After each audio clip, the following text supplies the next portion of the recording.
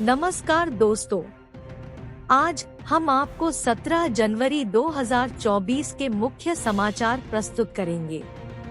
कृपया नीचे कमेंट करके बताएं कि आप किस क्षेत्र से हिमाचल न्यूज सुन रहे हैं। हिमाचल के विकास, पर्यटन और सामाजिक क्षेत्र की ताज़ा जानकारी के लिए हमारे चैनल को सब्सक्राइब करें और अपडेट के लिए हमें फॉलो करें। इन खबरों को अधिक लोगों तक पहुंचाने के लिए कृपया हमारा कंटेंट शेयर करें। हिमाचल के विकास में केंद्र लगा रहा अड़ंगा, वाटर सेस के मामले में कोर्ट से मांगा स्टे। सीएम सुखविंदर सिंह सुक्खू ने कहा है कि केंद्र सरकार हिमाचल के विकास में अड़ंगा फंसा रही है। प्रदेश के आर्थिक विकास के लिए राज्य सरकार ने वाटर सेस योजना को लॉन्च किया था, लेकिन केंद्र सरकार इस योजना के विरोध भी उद्योग निदेशक के साथ कार्यक्रम में मौजूद रहे। प्रदेश का मूल्यांकन 7 सुधार क्षेत्रों और 27 कार्य बिंदुओं पर किया गया, जिनका राज्य में स्टार्टअप पारिस्थितिकी तंत्र को आगे बढ़ाने में महत्वपूर्ण योगदान है। राज्य को क्षमता निर्माण में अग्रणी, funding leader, sustainability promoter, incubation hub, mentorship champion, innovative leader और संस्थागत चैंपियन के रूप में मान्यता दी गई। मुख्यमंत्री सुखविंदर सिंह सुक्खू ने उद्योग विभाग और स्टार्टअप टीम की सराहना करते हुए कहा कि हिमाचल प्रदेश न केवल देश बल्कि दुनिया भर में स्टार्टअप पारिस्थितिकी तंत्र के निर्माण में अग्रणी बनने के लिए प्रयासरत है। प्रदेश में औद्योगिकीकरण की गति बढ़ाने के साथ साथ रोजगार के अवसर सृजित करने के लिए स्टार्टअप को बढ़ावा देने के लिए प्रयास किए जा रहे हैं। इसके तहत सभी हितधारकों के लिए इंटरैक्टिव पोर्टल का निर्माण, उच्च शिक्षा संस्थानों में जागरूकता और पहुंच के लिए प्रभावी तंत्र बनाने तथा स्टार्टअप को प्रदर्शन एवं विपणन के अवसर प्रदान करने के लिए विभिन्न पहल शामिल हैं। बोर्ड और निगम में जल्द होगी ताजपोशी। मुख्यमंत्री सुखविंदर सिंह सुक्खू ने कहा कि मुख्य विभाग अब भी मंत्रियों के पास ही हैं। इनमें कोई बदलाव नहीं किया गया है। जो अतिरिक्त विभाग मंत्रियों के पास थे, उनमें बदलाव किया गया है। भविष्य में मंत्रिमंडल में और अधिक विस्तार किया जाएगा। निगम और बोर्ड में भी खाली पदों पर जल्द ही ताजपोशी होगी। उन्होंने कहा कि इस बैठक को बुलाकर प्रदेशाध्यक्ष ने अच्छा कदम उठाया है। सरकार और संगठन में तालमेल बेहतर है। कांग्रेस लोकसभा चुनावों में बेहतरीन प्रदर्शन करेगी। ओटीपी शेयर करते ही खाते से 6 लाख रुपए गायब, केवाईसी के नाम पर ठगी, शातिरों ने बनाया शिकार। औद्योगिक क्षेत्र बद्दी में एक उद्योग कर्मी से साइबर ठगों ने केवाईसी के नाम 6 लाख रुपए ठग लिए। ठगों ने फोन कर पैन कार्ड की केवाईसी के लिए कॉल की और फोन पर आए एक ओटीपी ने खाता खाली कर दिया। पुलिस ने जालसाजी का केस दर्ज कर कार्रवाई शुरू कर दी है। जानकारी के मुताबिक पुलिस थाना बद्दी में स्थानीय दवा उद्योग में कार्यरत आशीष मित्रा ने शिकायत दर्ज करवाई कि उसे एक्सिस बैंक के नाम से एक फोन आया और फोन करने वाले ने उससे पैन कार्ड की केवाईसी करवाने को कहा। इस दौरान कॉलर ने केवाईसी के लिए जन्मतिथि पूछी। उसके बाद उसे एक ओटीपी आया जिसे उसने फोन करने वाले को बतलाया तो उसी समय उसके खाते से पहले 8,500 रुपए, उसके बाद 6 लाख रुपए खाते से निकल गए। पीड़ित जब तक कुछ समझ पाता तब तक उसके खाते से पैसे उड़ चुके थे। अब पीड़ित ने पुलिस थाना में शिकायत दर्ज करवाकर कार्रवाई की मांग की है। डीएसपी बद्दी प्रियंक गुप्ता ने बताया कि पुलिस ने शिकायत के आधार पर धारा 420 के तहत जालसाजी का केस दर्ज कर कार्रवाई शुरू कर दी है। थाना अम्ब के तहत जबेहड़ के एक व्यक्ति को विदेश भेजने के नाम पर 2 लाख की ठगी करने का मामला प्रकाश में आया है।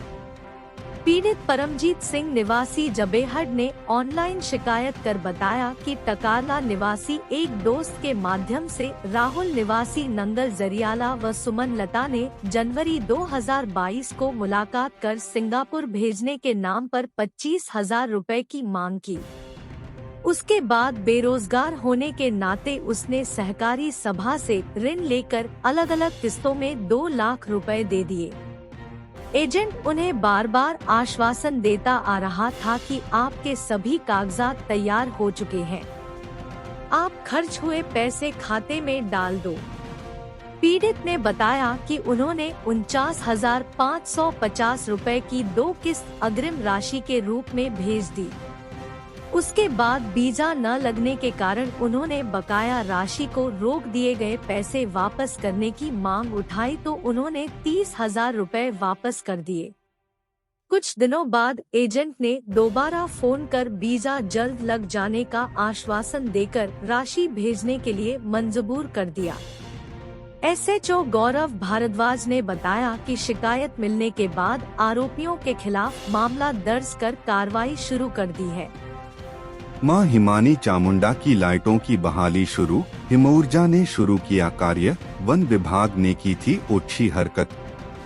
शक्तिपीठ मां हिमानी चामुंडा के दुर्गम रास्ते पर वन विभाग की नासमझी से उखाड़ी गई सोलर लाइट्स को सरकार के हस्तक्षेप के बाद पुनः स्थापित करने का कार्य शुरू हो गया है। वन विभाग की इस दंभता से देश प्रदेश का हर एक श्रद्धालु हताश और निराश था। साथ ही वन विभाग की इस कार्रवाई की चौतरफा आलोचना भी हो रही थी। मुख्यमंत्री सुखविंदर सिंह सुक्खू ने भी वन विभाग के इस अदूरदर्शी फैसले पर कार्रवाई की चेतावनी दी थी। इसके बाद जिलाधीश कांगड़ा ने हिम ऊर्जा से उखाड़ी गई सोलर लाइट्स पुनः स्थापित करने का आग्रह किया। हिम ऊर्जा ने मंगलवार को पुनर्स्थापना कार्य शुरू कर दिया है और बहुत सी लाइट्स फिर चालू कर दी हैं। अन्य लाइटें 1-2 दिन में शुरू हो जाएंगी। गौरतलब है कि सोमवार को भाजपा नेता राकेश चौधरी की अगुवाई में चामुंडा मंदिर के साथ लगती पंचायत के प्रतिनिधियों तथा समाजसेवी संस्थाओं द्वारा धर्मशाला में धरना प्रदर्शन किया था। इसके अलावा धर्मशाला के विधायक सुधीर शर्मा ने भी विभाग को कड़ी चेतावनी दी थी। कई संस्थाएं भी उग्र हो रही थी। जिलाधीश धर्मशाला ने सभी तथ्यों को ध्यान में रख कड़ा संज्ञान लिया और उन्होंने उखाड़ी गई सोलर लाइट लगाने के आदेश जारी कर दिए। वहीं कंड कडियाना, बल्ला व पद्धर पंचायत के साथ सामाजिक संस्थाओं ने हिमानी चामुंडा रास्ते पर लगी सोलर लाइट्स उखाड़े का कड़ा विरोध किया। उनका कहना था कि सोलर लाइट्स उखाड़ा बहुत ही दुखद घटना थी। जिस रास्ते में लाइट्स लगाई गई थी उस रास्ते से श्रद्धालु आराम से माता चामुंडा देवी के दर्शन कर सकते हैं। भक्तों ने दुर्गम रास्तों पर चलकर सोलर लाइट्स के लिए रेत बजरी पहुंचाया था, लेकिन विभाग ने एकदम से लाइट्स हटा दी। जिलाधीश के आदेशों के बाद मंगलवार दोपहर से ही सोलर लाइट लगाने का काम शुरू हो गया था। भाजपा नेता राकेश चौधरी, पंचायत प्रतिनिधियों व समाजसेवी संस्थाओं, उप प्रधान सुनील दत्त, संसार, सुरेश भट्ट, महेश भट्ट, परसराम, अक्षय, सुरेंद्र भट्ट, टेकचंद भट्ट, पंकज सूद, सीबी सिंह पठानिया, सतपाल सिंह व कैलाश बलिया आदि ने जिलाधीश कांगड़ा का धन्यवाद किया है। कैशलेस इलाज के 326 करोड़ रुपए बकाया, हिमकेयर और आयुष्मान की हेल्थ कवरेज बढ़े से संकट। हिमाचल के लोगों को राज्य सरकार और केंद्र सरकार की हेल्थ कवरेज स्कीमों में मिल रहा कैशलेस इलाज अब राज्य के कोषागार पर भारी पड़ने लगा है। एक तरफ कवरेज अचानक बढ़ गई और दूसरी तरफ कार्ड की वैलिडिटी 3 साल होने से प्रीमियम से आने वाली धनराशि भी चली गई। अब हाल यह है कि हिमकेयर और आयुष्मान भारत स्कीमों के जरिए कैशलेस इलाज के 326 करोड़ बकाया हो गए हैं। इससे जहां आईजीएमसी और टांडा जैसे बड़े अस्पताल मुश्किल में हैं, वहीं निजी अस्पताल ये सेवाएं बंद करने की बात कह रहे हैं। हिमाचल में अब तक करीब 10 लाख मरीजों के कैशलेस इलाज पर 1122 करोड़ खर्च हो चुके हैं। भारत सरकार आयुष्मान स्कीम चला रही है, जिसमें 90% पैसा भी केंद्र सरकार का है। इस स्कीम में जो कवर नहीं होते, उनके लिए पूर्व जयराम सरकार के समय से हिम केयर स्कीम लागू हुई थी। पूर्व सरकार चुनाव से पहले हिम केयर कार्ड की वैलिडिटी को हर साल रिन्यू करने के बजाय 3 साल कर गई थी। इस कारण प्रीमियम से सालाना आने वाले करीब 60 करोड़ भी हाथ से निकल गए। दूसरी तरफ 80% से ज्यादा मरीज हेल्थ कवरेज में होने के कारण खर्चा अचानक बढ़ गया। अब तक सिर्फ हिमकेयर से 7 लाख से ज्यादा मरीज 810 करोड़ का फ्री इलाज करवा चुके हैं। इसी तरह आयुष्मान में करीब 2.5 लाख लोग 306 करोड़ का कैशलेस इलाज करवा चुके हैं। अप्रैल के बाद से अब तक इसी वित्त वर्ष में हिमाचल सरकार ने हेल्थ कवरेज के लिए ही करीब 300 करोड़ की धनराशि जारी की है, लेकिन यह कम पड़ रही है। हिमाचल से बाहर पीजीआई चंडीगढ़ और सेक्टर 32 का अस्पताल हिमकेयर में इम्पैनल है। कुल 141 स्वास्थ्य संस्थानों में कैशलेस सुविधा है। दूसरी तरफ आयुष्मान में ऑल इंडिया कवरेज है। ऐसे में कार्ड की संख्या और कवरेज बढ़ने से हर महीने करीब 37 करोड़ का खर्चा हिमकेयर में ही सरकार पर पड़ रहा है। हिमाचल प्रदेश में हेल्थ कवरेज का दायरा स्कीम इस साल मरीज खर्च कुल मरीज खर्च हिमकेयर 2.32 लाख 316 करोड़ 7.08 लाख 810 करोड़। आयुष्मान 50,447 बटा 65 करोड़ 2.44 लाख 306 करोड़। कुल खर्च 2.83 लाख 381 करोड़ 9.52 लाख 1116 करोड़। पीडब्ल्यूडी ने बांटा सड़कों का काम। फुल डेप्थ रिक्लेमेशन और सीमेंट ट्रीटेड बेस प्रोजेक्ट के तहत टेंडर प्रोसेस शुरू। पीडब्ल्यूडी ने प्रधानमंत्री ग्राम सड़क योजना में जर्मन तकनीक फुल डेप्थ रिक्लेमेशन (FDR) और सीमेंट ट्रीटेड बेस (CTB) की टेंडर प्रक्रिया शुरू कर दी है। विभाग ने दोनों में 1221 किलोमीटर से ज्यादा के टेंडर प्रस्तावित किए हैं। इनमें FDR में 660 किलोमीटर जबकि CTB में 561 किलोमीटर टेंडर प्रक्रिया पूरी की जा रही है। खास बात यह है कि पीडब्ल्यूडी दोनों योजनाओं को हिमाचल में पहली बार लॉन्च कर रहा है और इनकी निगरानी के लिए एजेंसी का चुनाव का लिया गया है। गुजरात की ट्रांसलिंक एजेंसी FDR और CTB में होने वाले कामों की गुणवत्ता का आकलन करेगी। फिलहाल PMGSY में केंद्र से मिली आर्थिक मदद और किलोमीटर दोनों को विभाग ने 3 हिस्सों में बांट दिया है। इनमें सबसे बड़े हिस्से को संभालने की जिम्मेदारी स्थानीय ठेकेदारों के पास ही है, जबकि 2 अन्य हिस्से ग्लोबल टेंडर के माध्यम से पूरे किए जा रहे हैं। FDR में 660 किलोमीटर के लिए 462 करोड़ रुपए के बजट का प्रावधान है।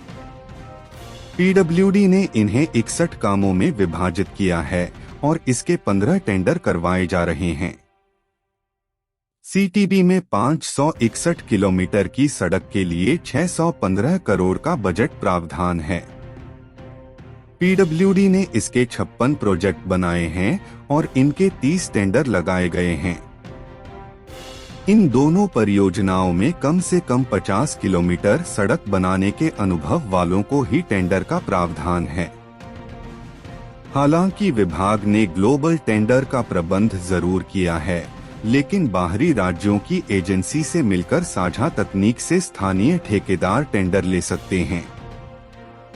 PMGSY के सबसे बड़े हिस्से 1460 किलोमीटर की बात करें तो इसके लिए 1370 करोड़ रुपए का बजट प्रावधान किया गया है। विभाग ने इसे 137 कार्यों में बांटा है और इनमें 73 टेंडर तय किए गए हैं। यहां बनेंगी FDR से सड़कें, पीडब्ल्यूडी ने पीएमजीएसवाई को अलग अलग सर्किल में बांटा है। इनमें बिलासपुर में एफडीआर से 69.38 किलोमीटर के 7 प्रोजेक्ट, हमीरपुर में 50.56 किलोमीटर के 6 प्रोजेक्ट, पालमपुर में 7.16 किलोमीटर का 1 प्रोजेक्ट, नूरपुर में 240 किलोमीटर के 26 काम, कुल्लू में 46.02 किलोमीटर के 4 प्रोजेक्ट, मंडी में 192.38 किलोमीटर के 14 प्रोजेक्ट, नाहन में 55.31 किलोमीटर के 3 प्रोजेक्ट मंजूर किए गए हैं। इन जिलों को मिलेंगी सीटीबी सड़कें। सीमेंट ट्रीटेड बेस से बिलासपुर में 58.55 किलोमीटर के 6 प्रोजेक्ट, हमीरपुर से 77.31 किलोमीटर के 7 प्रोजेक्ट, ऊना में 159.19 किलोमीटर के 19 प्रोजेक्ट, डलहौजी में 37.5 किलोमीटर के 3 प्रोजेक्ट, पालमपुर में 13.86 किलोमीटर के 2 प्रोजेक्ट, नूरपुर में 80.76 किलोमीटर के 7 प्रोजेक्ट, जोगेंद्रनगर में 5.5 किलोमीटर का 1 प्रोजेक्ट, रामपुर में 36 किलोमीटर के 3 प्रोजेक्ट, सोलन में 92.88 किलोमीटर के 8 प्रोजेक्ट आवंटित किए गए हैं। यहां होगा सामान्य निर्माण। बिलासपुर में 56.69 किलोमीटर के 6 प्रोजेक्ट, हमीरपुर में 50.05 किलोमीटर के 8 प्रोजेक्ट, धर्मपुर में 58.16 किलोमीटर के 3, डलहौजी में 129.86 किलोमीटर के 14, पालमपुर में 160 किलोमीटर के 19, कुल्लू में 79.01 किलोमीटर के 9 काम, 18.42 किमी के 2 प्रोजेक्ट, जोगिंद्रनगर में 47.09 किलोमीटर के 3 प्रोजेक्ट, शिमला में 183.55 किलोमीटर के 16 प्रोजेक्ट, रोहडू में 238 किलोमीटर के 17 प्रोजेक्ट, रामपुर में 133.40 किलोमीटर के 14 प्रोजेक्ट, नाहन में 107 किलोमीटर के 9 प्रोजेक्ट, सोलन में 198.38 किलोमीटर के 17 प्रोजेक्ट तय किए हैं। परीक्षा पे चर्चा 29 जनवरी को सभी स्कूलों को निर्देश जारी, प्रधानमंत्री कम करेंगे बच्चों की टेंशन। वार्षिक परीक्षाओं में बच्चों के तनाव को कम करने के लिए 29 जनवरी को परीक्षा पर चर्चा कार्यक्रम का आयोजन होगा। इस दौरान प्रधानमंत्री नरेंद्र मोदी स्कूली बच्चों को परीक्षा के तनाव से बचने के लिए टिप्स देंगे। हर साल स्कूलों में ये कार्यक्रम करवाया जाता है। उच्चतर शिक्षा निदेशक की ओर से इस कार्यक्रम के सफल आयोजन के लिए जरूरी निर्देश जारी किए गए हैं। परीक्षा पे चर्चा एक वार्षिक कार्यक्रम है जिसमें प्रधानमंत्री नरेंद्र मोदी बोर्ड परीक्षाओं की तैयारी कर रहे स्कूली छात्रों के साथ बातचीत करते हैं। यह कार्यक्रम भारत सरकार के शिक्षा मंत्रालय द्वारा आयोजित किया जाता है। परीक्षा पे चर्चा 2024 प्रतियोगिता के जरिए कैंडिडेट्स के पास प्रधानमंत्री के साथ बातचीत का अवसर और अन्य पुरस्कार जीतने का मौका है। प्रतियोगिता कक्षा 6वीं से 12वीं तक के छात्रों के लिए खुली है। प्रदेश के स्कूलों में कौन से बच्चे इस प्रतियोगिता में भाग लेंगे, इसके लिए उनका चयन किया जाना है। गौर रहे कि इस बार 29 जनवरी को परीक्षा पे चर्चा कार्यक्रम का 7वां संस्करण होने वाला है, जिसमें शिरकत करने के लिए देश भर से छात्र छात्राओं ने रजिस्ट्रेशन किया है। प्राप्त जानकारी के मुताबिक 2,26,00,000 से ज्यादा छात्रों ने इसके लिए रजिस्ट्रेशन किया है। इस कार्यक्रम में प्रधानमंत्री नरेंद्र मोदी प्रदेश के स्कूलों के बच्चों से लाइव जुड़ेंगे और इस दौरान परीक्षा के दौरान यदि बच्चों में किसी भी तरह का स्ट्रेस होता है तो उस बारे में टिप्स दिए जाएंगे। इसके लिए ऑनलाइन लिंक भी तैयार कर लिया गया है, जिसकी जानकारी सभी स्कूलों को भेज दी गई है। इसके साथ ही स्कूलों में कोऑर्डिनेटर भी बनाए गए हैं जो उस दिन सभी बच्चों को सहयोग करेंगे। मंडी से पंडोह के बीच बनेंगी 2 सुरंगें। कीरतपुर मनाली 4 लेन पर अब 4 से 7 मील के बीच होगा निर्माण, सर्वे शुरू। हिमाचल प्रदेश में साल 2023 में बरसात की भयानक त्रासदी का दंश झेल रहे कीरतपुर मनाली 4 लेन पर अब मंडी से पंडोह के बीच 2 टनलों का निर्माण होगा। यहां 4 मील से 7 मील के बीच NHAI ने यातायात के लिए 2 टनल बनाने का निर्णय लिया है, जिसका सर्वे भी शुरू हो गया है। बरसात से उबरने के बाद NHAI ने पहले 4 मील से 7 मील के बीच 4 लेन प्रोजेक्ट में बदलाव करते हुए 1 टनल बनाने का प्रस्ताव रखा था। यह 2 किलोमीटर लंबी यह टनल एक तरफ यातायात के लिए बनाई जानी थी और मौजूदा हाईवे को भी यातायात के लिए बहाल रखा जाना था, लेकिन अब NHAI ने इस प्रस्ताव में बदलाव कर दिया है। अब एक ही जगह 2 टनल बनाई जाएंगी ताकि 4 लेन पर पहाड़ी से कोई संभावित खतरे को पूरी तरह से कम किया जा सके और बरसात में भी मंडी पंडोह के बीच 4 लेन पर यातायात चलता रहे। बता दें कि मंडी से पंडोह के बीच 6 मील और अन्य स्थानों बारिश के कारण निर्माणाधीन 4 लेन प्रोजेक्ट को भारी नुकसान पहुंचा है। 4 से 7 मील और मंडी तक निर्माणाधीन 4 लेन पर यातायात से सबसे अधिक बंद रहा है। 2023 की बरसात में चंडीगढ़ मनाली नेशनल हाईवे मंडी जिला में मंडी से पंडोह के बीच ही सबसे ज्यादा प्रभावित हुआ। यहाँ 6 मील के पास पहाड़ी इतनी ज्यादा दरकी कि अब यहाँ पर 4 लेन प्रोजेक्ट की कटिंग के कार्य को रोक दिया है। 4 मील से मंडी की तरफ और 7 मील से पंडोह की तरफ काम को भी इसलिए रोक दिया है। कटिंग के कारण पहाड़ी बार बार दरक रही है, जिससे हाईवे भी बंद हो रहा है और जानमाल का नुकसान भी हो रहा है। HAI के प्रोजेक्ट डायरेक्टर वरुण चारी ने बताया कि मंडी से पंडोह के बीच टनल निर्माण को लेकर सर्वे करवाया जा रहा है। रिपोर्ट आने के बाद टनल बनाने का अंतिम निर्णय लिया जाएगा।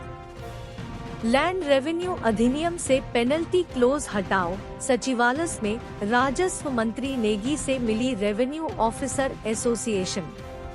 राजस्व से संबंधित कार्यों में समय अवधि और जिम्मेदारी तय करने के लिए सुखविंदर सिंह सुक्खू की सरकार द्वारा कानून में किए गए संशोधन से Himachal Pradesh revenue officer association परेशान है।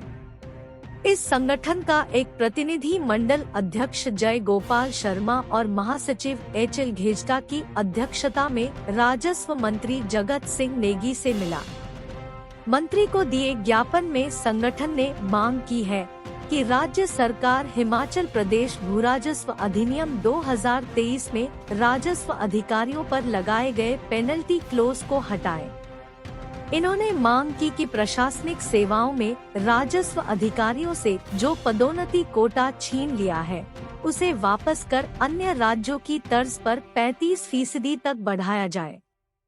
तहसीलदारों और नायब तहसीलदारों को देश के अन्य राज्यों की तरह वाहन सुविधा दी जाए। जिला किन्नौर और लाहौल स्पीति में डिस्ट्रिक्ट रेवेन्यू ऑफिसर के पद क्रिएट किए जाएं तथा सभी एक्स कैडर LAO और रिकवरी आदि पदों को डिस्ट्रिक्ट रेवेन्यू ऑफिसर के समक्ष किया जाए। राजस्व अधिकारी एसोसिएशन ने कहा है कि अधिकांश तहसीलों और उप तहसीलों में स्टाफ को बड़े अफसरों ने अपने कार्यालय में लगा रखा है। इन्हें वापस तहसीलों में भेजा जाए।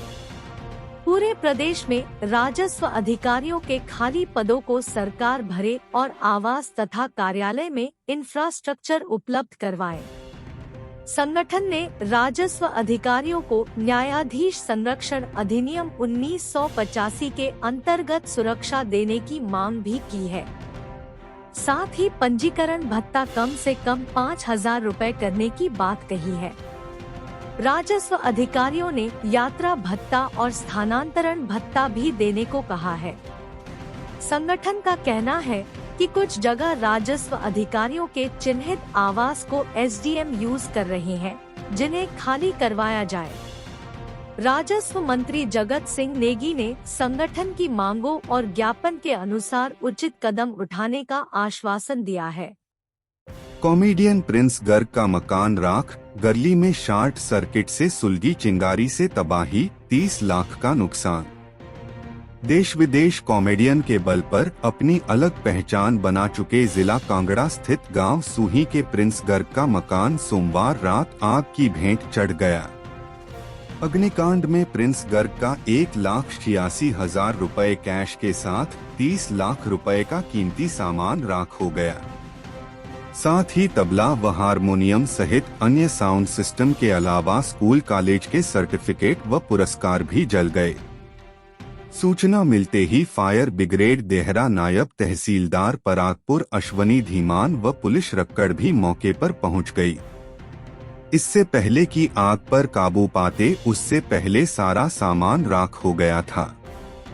आग लगने का कारण बिजली का शॉर्ट सर्किट माना जा रहा है। प्रिंस गर्ग ने बताया कि सोमवार रात अचानक हमारे घर में बिजली का फ्यूज उड़ गया और इतने में ही हमारे रिहायशी मकान की ऊपरी मंजिल में आग लग गई।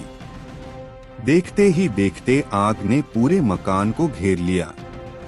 प्रिंस गर्ग ने बताया कि उसका छोटा भाई गली बाजार में कपड़ों की दुकान करता है। दुकान के सामान लेने के लिए घर में नकदी रखी थी, वह भी जल गई। प्रिंस गर्ग के अनुसार अग्निकांड में उनका 30 लाख रुपए का नुकसान हुआ है। नायब तहसीलदार परागपुर अश्वनी धीमान ने बताया कि प्रिंस गर्ग के रिहायशी मकान को आग लगने से काफी नुकसान हुआ है। यहाँ नुकसान हुए सामान की रिपोर्ट तैयार की जा रही है। डिग्री कॉलेजों की रैंकिंग करेगी सरकार, शिक्षा सचिव ने उच्च शिक्षा विभाग को दिए निर्देश। राज्य में उच्च शिक्षा की स्थिति की समीक्षा के लिए शिक्षा सचिव राकेश कंवर की ओर से बुलाई गई बैठक में कुछ महत्वपूर्ण फैसले हुए हैं। यह बैठक मंगलवार सुबह राज्य सचिवालय में थी, जिसमें उच्च शिक्षा निदेशक डा अमरजीत शर्मा के अलावा निदेशालय और सचिवालय के अन्य अधिकारी भी शामिल हुए। शिक्षा सचिव ने उच्च शिक्षा विभाग को राज्य के सरकारी डिग्री कॉलेज की रैंकिंग अपने स्तर पर करने के निर्देश दिए हैं। इसके लिए एक क्राइटेरिया बनाया गया है। वर्तमान में राज्य में 134 डिग्री कॉलेज हैं, जिनमें 1,15,000 छात्र छात्राएं शिक्षा ग्रहण कर रहे हैं। इन सभी कॉलेजों की स्टेट रैंकिंग क्राइटेरिया के हिसाब से होगी। कॉलेज का रिजल्ट कैसा है, एनरोलमेंट कैसी है, मैगजीन प्रकाशित होती है या नहीं, कितनी कॉन्फ्रेंस आयोजित की गई, लाइब्रेरी में कितनी सुविधा छात्रों के लिए है और राज्य सरकार की ओर से दिया गया बजट कितना खर्च किया गया, इत्यादि बिंदुओं के आधार पर यह रैंकिंग होगी। शिक्षा सचिव ने निर्देश दिए हैं कि इस बैठक के बाद 2 दिन के भीतर डिग्री कॉलेजों को सर्कुलर जारी कर दिया जाए ताकि ये अपनी सेल्फ असेसमेंट कर सकें। इसके बाद सचिवालय या निदेशालय की एक टीम इन कॉलेजों का दौरा करेगी और इस असेसमेंट को वेरीफाई करेगी। स्टेट रैंकिंग में ऐसे बिंदु नहीं लिए जाएंगे जो कॉलेज प्रिंसिपल के क्षेत्राधिकार से बाहर के हैं, जैसे फैकल्टी का स्टाफ। जो कॉलेज इस रैंकिंग में अच्छा परफॉर्म करेंगे, उन्हें अतिरिक्त ग्रांट देने की व्यवस्था नए बजट में की जा सकती है। जुलाई से शुरू हो रहे नए शिक्षा सत्र से पहले इस प्रक्रिया को पूरा करना होगा। शिक्षा सचिव ने इसके साथ ही नैक एक्रेडिटेशन के लिए भी 76 डिग्री कॉलेजों को तुरंत आवेदन करने के लिए कहा है। 22 डिग्री कॉलेज ऐसे हैं जिनके पास पहले यह एक्रेडिटेशन थी, लेकिन यह लैप्स हो गई है। नैक 5 साल की अवधि के लिए एक्रेडिटेशन देता है और 6 महीने पहले दोबारा से इसके लिए आवेदन करना पड़ता है। बाकी 30 डिग्री कॉलेज के पास वर्तमान में यह एक्रेडिटेशन है। इन्हें भी समय रहते रिन्यू करने के लिए आवेदन करने को कहा गया है। ट्रेनिंग के लिए कम पड़ गया बजट। राज्य में डिग्री कॉलेज के प्रिंसिपल के लिए ट्रेनिंग का शेड्यूल अभी हिमाचल प्रशासनिक प्रशिक्षण संस्थान हिपा के साथ मिलकर बनाना पड़ेगा। इसकी वजह यह है कि उच्च शिक्षा विभाग के पास ट्रेनिंग के लिए बजट कम पड़ गया है। अतिरिक्त बजट राज्य सरकार से मांगा गया है। तब तक हिपा में चल रहे कोर्स के दौरान ही प्रिंसिपल ट्रेनिंग के लिए भेजने पड़ेंगे। यह ट्रेनिंग फाइनेंशियल एडमिनिस्ट्रेशन और ऑफिस प्रोसीजर्स इत्यादि की होगी। सिविल से अलग हुआ ईएसआई अस्पताल गगरेट पर सरकार ने जारी की अधिसूचना, सोसाइटी में रहेगा स्टाफ। सिविल अस्पताल गगरेट के साथ संबद्ध किए गए ईएसआई अस्पताल को इससे अलग करने की अधिसूचना प्रदेश सरकार ने जारी कर दी है। अब सिविल अस्पताल ईएसआई के साथ पर सिर्फ सिविल अस्पताल गगरेट ही सेवाएं देगा, यानी कामगारों को अब इस अस्पताल में ईएसआई के लाभ नहीं मिल सकेंगे। इसके साथ बुरी खबर यह है कि अस्पताल में डॉक्टरों सहित पैरामेडिकल स्टाफ के स्वीकृत किए गए नए पदों को भी ईएसआई के साथ ही हटा लिया गया है, यानी यह स्टाफ ईएसआई सोसाइटी में ही रहेगा। इसका सीधा असर सिविल अस्पताल गगरेट की सेहत पर पड़ेगा। इससे पहले गगरेट अस्पताल को ईएसआई सोसाइटी द्वारा नियंत्रित किया जा रहा था, लेकिन नए आदेश में अब सचिव स्वास्थ्य सेवाएं ने निदेशक स्वास्थ्य सेवाओं को प्रशासनिक नियंत्रण अपने हाथ में लेने के लिए कहा है और ईएसआई के तहत अधिसूचित स्टाफ को ईएसआई सोसाइटी ही नियंत्रित करेगी। डॉक्टरों व पैरामेडिकल स्टाफ के पद कम हुए तो अस्पताल आने वाले मरीजों को इसका खामियाजा भुगतना पड़ेगा। सिविल अस्पताल में 200 से ज्यादा रोजाना की ओपीडी है, यानी सिविल अस्पताल गगरेट करीब 2 दर्जन से अधिक गांवों की आबादी की स्वास्थ्य जरूरतों का पूरक है, तो गगरेट से निकलने वाले नेशनल हाईवे पर होने वाली सड़क दुर्घटनाओं में भी प्राथमिक उपचार देने वाला एकमात्र स्वास्थ्य संस्थान है। बेशक सिविल अस्पताल में ही ईएसआई डिस्पेंसरी को जोड़ देने के चलते उपमंडल औद्योगिक संघ अरसे से इसे पृथक कर औद्योगिक क्षेत्र में इसे शुरू करने की मांग कर रहा था, लेकिन यह किसी ने नहीं सोचा था कि इसके अलग होने से डॉक्टरों सहित पैरामेडिकल स्टाफ के पद भी कम हो जाएंगे। उधर मुख्य चिकित्सा अधिकारी डा एस.के. वर्मा ने कहा कि सिविल अस्पताल गगरेट से ईएसआई डिस्पेंसरी अलग करने की अधिसूचना जारी हुई है। अस्पताल में 6 डॉक्टर ही होते हैं और रहेंगे। इसके लिए उच्च अधिकारियों से स्पष्टीकरण मंगवा रहे हैं। अब डॉक्टर करेंगे विरोध, 18 जनवरी को काले बिल्ले लगाकर ड्यूटी पर आएंगे चिकित्सक। प्रदेश भर में चिकित्सक गुरुवार को काले बिल्ले लगाकर ड्यूटी पर आएंगे। हिमाचल चिकित्सा अधिकारी संघ ने यह फैसला किया है। चिकित्सक मेडिकल कॉलेज के प्रिंसिपलों और चिकित्सा अधीक्षकों की शक्तियां न लौटाने से नाराज है। दरअसल प्रदेश में अनुबंध पर नियुक्त विशेषज्ञ चिकित्सकों को 33,660 रुपए वेतन के रूप में दिया जा रहा है, जो कि पूरे भारतवर्ष में सबसे कम है। मुख्यमंत्री ने 3 जून को एड्स कंट्रोल सोसाइटी के प्रोजेक्ट डायरेक्टर का भार भी स्वास्थ्य निदेशक को लौटाने की बात कही थी। साथ ही मेडिकल कॉलेज में प्रधानाचार्य और वरिष्ठ स्वास्थ्य अधीक्षक की शक्तियों को भी संशोधन के साथ लौटाने पर सहमति जताई थी, लेकिन अब 7 महीने बीत जाने के बाद भी पालन न होने पर चिकित्सा समुदाय में रोष है। संघ के महासचिव विकास ठाकुर का कहना है कि मुख्यमंत्री के साथ 3 जून को हुई बैठक में प्रिंसिपलों और चिकित्सा अधीक्षकों की शक्तियां वापस लौटने का आश्वासन दिया गया था, लेकिन यह शक्ति अभी तक वापस नहीं लौटाई गई है। स्थिति यह है कि इनके पास अपने स्टाफ को छुट्टी तक देने की भी शक्ति या पावर नहीं है। उन्होंने कहा कि हिमाचल प्रदेश में चिकित्सक दुर्गम क्षेत्रों में भी दिन रात अपनी सेवाएं प्रदान कर रहे हैं और उन्हें और केंद्रीय सरकार या बिहार जैसे अन्य राज्यों की अपेक्षा में बहुत ही कम वेतन दिया जा रहा है और उनके बाद एनपीए को पेंशन की गणना से हटाना भी एक दुर्भाग्यपूर्ण विषय है।